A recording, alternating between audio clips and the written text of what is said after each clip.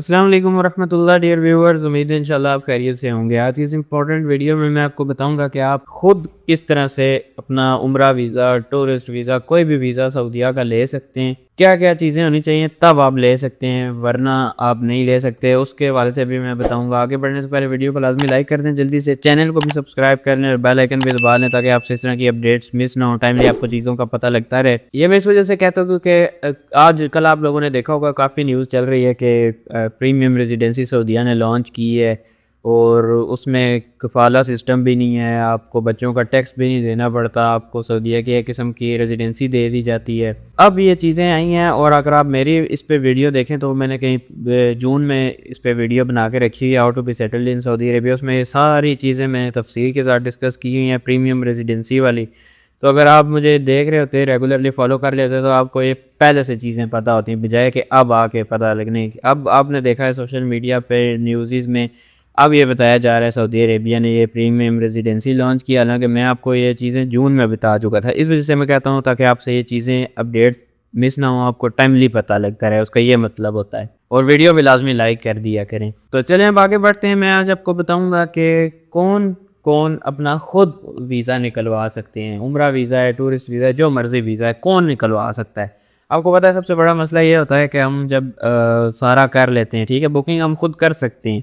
उस पर भी मेरी एक डिटेल्ड वीडियो मौजूद है कि आप अपना उम्रा पैकेज खुद कैसे बुक कर सकते हैं। लेकिन एंड में उसमें मैंने ये बताया हुआ है कि एज़ अ पाकिस्तानी अगर आपके पास ये चीज़ें नहीं है तो आप खुद से उम्रा वीज़ा अप्लाई नहीं कर सकते। उसके लिए आपको एजेंट की ज़रूरत पड़ेगी ही पड़ेगी।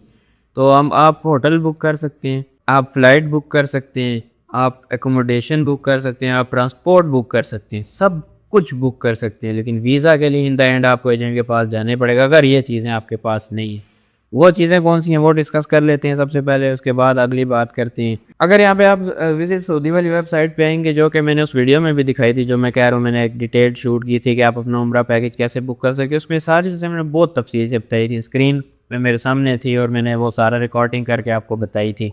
बहरहाल मैं अगेन यहाँ पे आपको आज स्पेसिफिकली इस हवाले से बता रहा हूँ क्योंकि वो तो काफ़ी लंबी वीडियो थी। यहाँ पे देखें मैंने नेशनैलिटी में पाकिस्तान चूज़ किया और मैंने नन ऑफ द अबव किया। नन ऑफ द अबव के ऊपर क्या ऑप्शन है वो मैं आपको बताता हूँ, जिससे आपके तमाम वीज़ाज़ वाले ऑप्शन खुल जाएंगे। तो मुझे ये कह रहा है कि आपके पास एम्बेसी का ऑप्शन मौजूद है, आप एम्बेसी जा सकते हैं, अथराइज्ड जो वीज़ा ऑफिस हैं उनसे वीज़ा ले सकते हैं, या ट्रांजिट वाला वीज़ा ले सकते हैं जो कि आपको पता है जिसमें 3-4 डेज़ का स्टे होता है। अगेन इसका यही मतलब है कि आपको एजेंट की ज़रूरत पड़ेगी, अथराइज्ड वीज़ा ऑफिस इसका यही मतलब है। उसके बाद अगर मैं यहाँ पे ऑप्शंस में आ जाता हूँ तो क्या चीज़ें होनी चाहिए। सबसे पहले आप या तो यूएस या तो यूके या शेंजन जो कंट्रीज़ हैं उनके रेजिडेंट हों, या आपके पास इन कंट्रीज़ का बिज़नेस या टूरिस्ट वीज़ा होना चाहिए।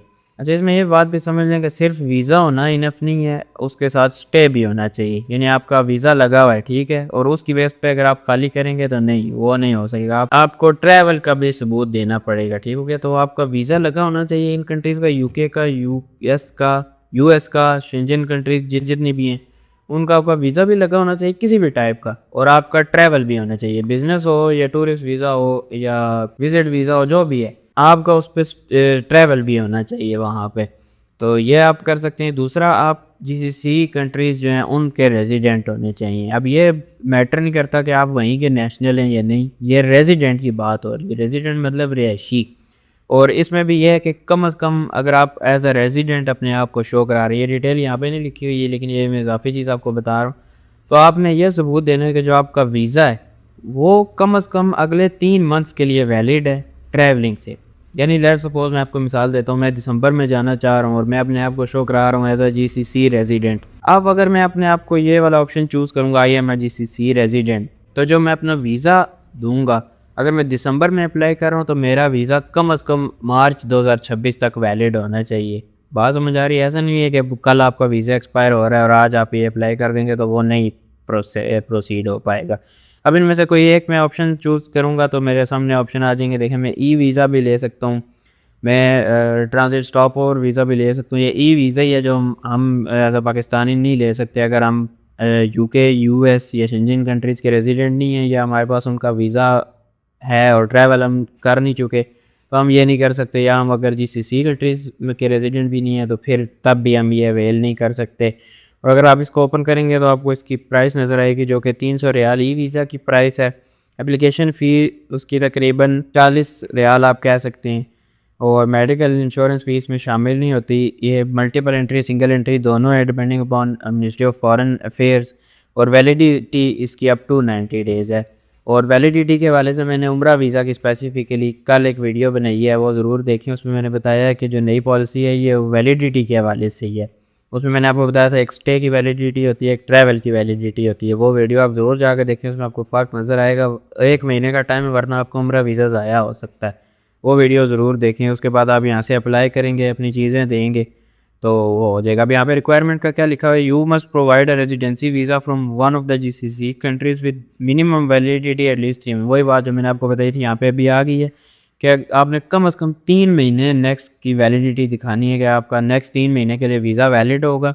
पासपोर्ट भी आपका कम से कम अगले 6 महीने के लिए वैलिड होना चाहिए from the date of entry to Saudi Arabia. अगर आपकी उम्र 18 साल से कम है तो आपके पेरेंट्स ने आपके लिए ई वीज़ा अप्लाई करना है। तो उम्मीद है इंशाल्लाह आपको बात समझ आ गई होगी। अक्सर लोग ये पूछ रहे होते हैं हम खुद किस तरह से सारा पैकेज बुक कर सकते हैं एजेंट के बगैर।